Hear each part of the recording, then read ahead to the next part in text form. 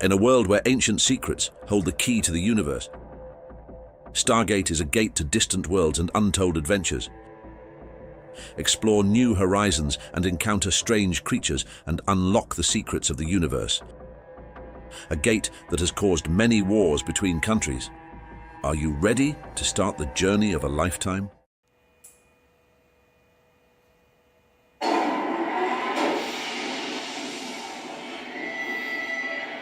Unscheduled off-world activation.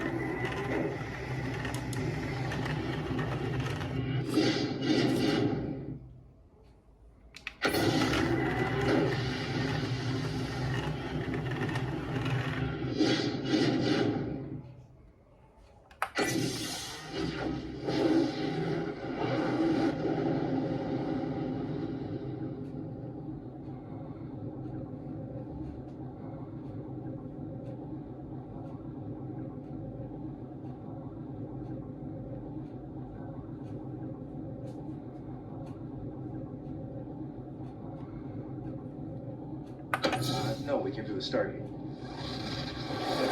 The object, the symbols carved on it.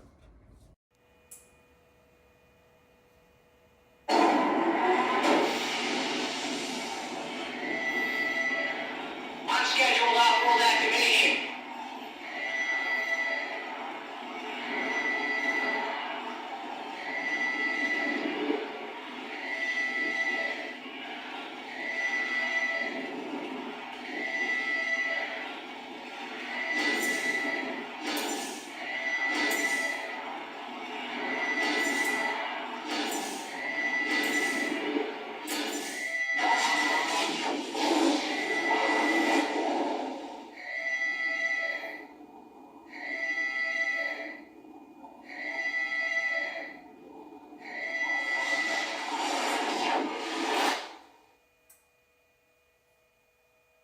Here's a fun fact about the Gateway Arch. Did you know the Gateway Arch in St. Louis, Missouri is an iconic monument symbolizing America's westward expansion? Standing at 630 feet, it's the tallest man-made monument in the U.S. Its unique arch shape mimics a free hanging chain. Constructed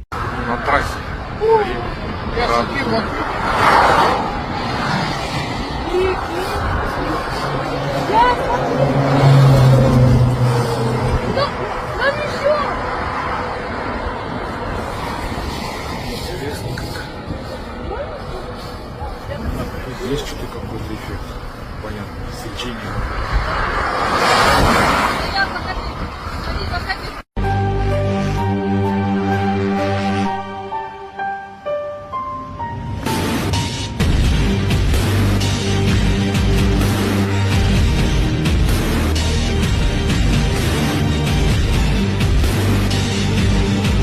He found this ring, a big ring, and didn't know what it was, but saw this strange writing on these strange symbols on this ring.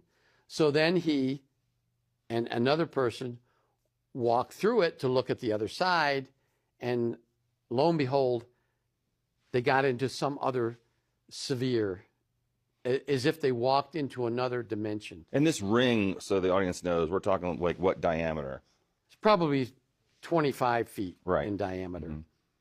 And the sphere was even larger than that. Oh, as they walked into it, it was like a new world. Mm-hmm. As he explained in his diary, Right. it was like a new world.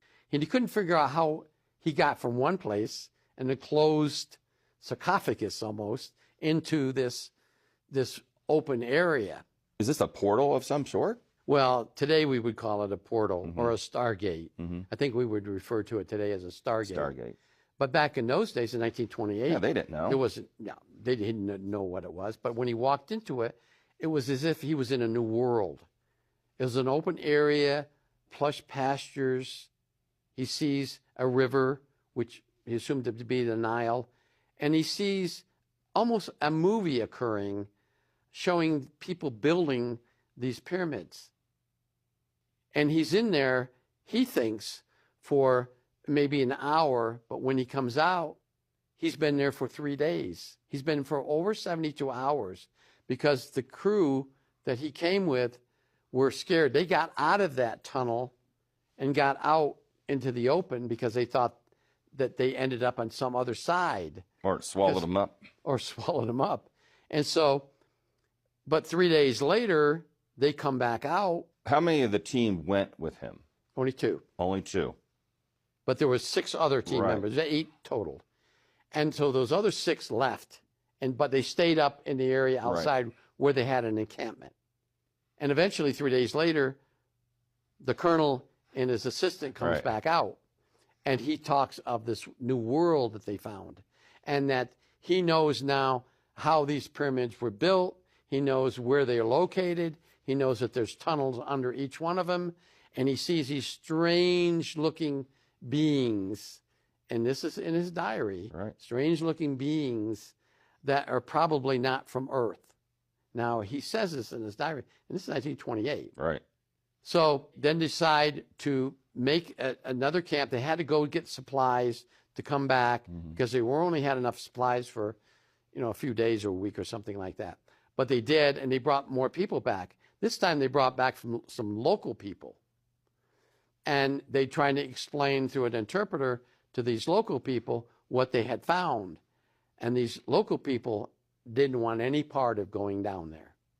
They seemed to be aware of maybe the rumors or the legends about this particular tunnel. But the colonel he wasn't afraid to go back. Right. So he went back with another person, a different person, not the same that he went the first time. So they go down there. This time they're prepared. They have supplies, they have water, they have things.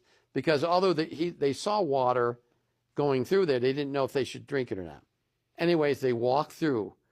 This time he's closer to where they're building a pyramid. He sees these strange things in the sky that are flying around with these large bricks.